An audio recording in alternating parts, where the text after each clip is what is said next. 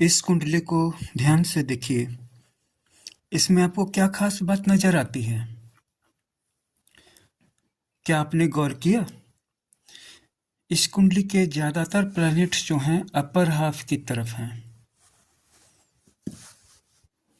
अगर जुपिटर को छोड़ दें जो दसम भाव में है, तो ज्यादातर प्लैनेट्स लग्न से इधर के दो भाव और लग्न से इस तरफ के दो भावों में प्लेस्ड हैं, सिचुएटेड हैं।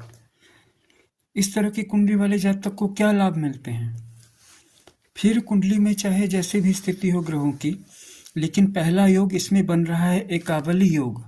जब लगातार 5 भावों में ग्रह भरे हुए हों, चाहे एक एक करके, दो दो करके, तीन तीन करके, तो ऐसे जातक को जिंदगी में बेसिक कमोडिटीज की कमी नहीं रहती है और वो हमेशा आसमान में ही उड़ता है। क्यों आसमान में उड़ता है?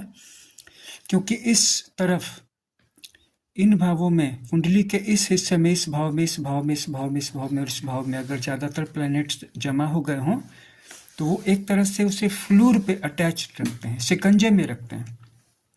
लेकिन अगर ज्यादातर प्लैनेट्स ऊपर की तरफ हों, तो चूंकि ये सीलिंग वाला हिस्सा है, ये अपवर्ड डायरेक्शन है, तो अपवर्ड डायरेक्शन होने के कारण सारे प्लैनेट्स उससे ऊपर की तरफ रखते हैं, यानी कि वो ऊपर उड़ता है, जीवन में हमेशा आकाश में फ्लाइंग करता है। ये एक कॉमन परसेप्शन है।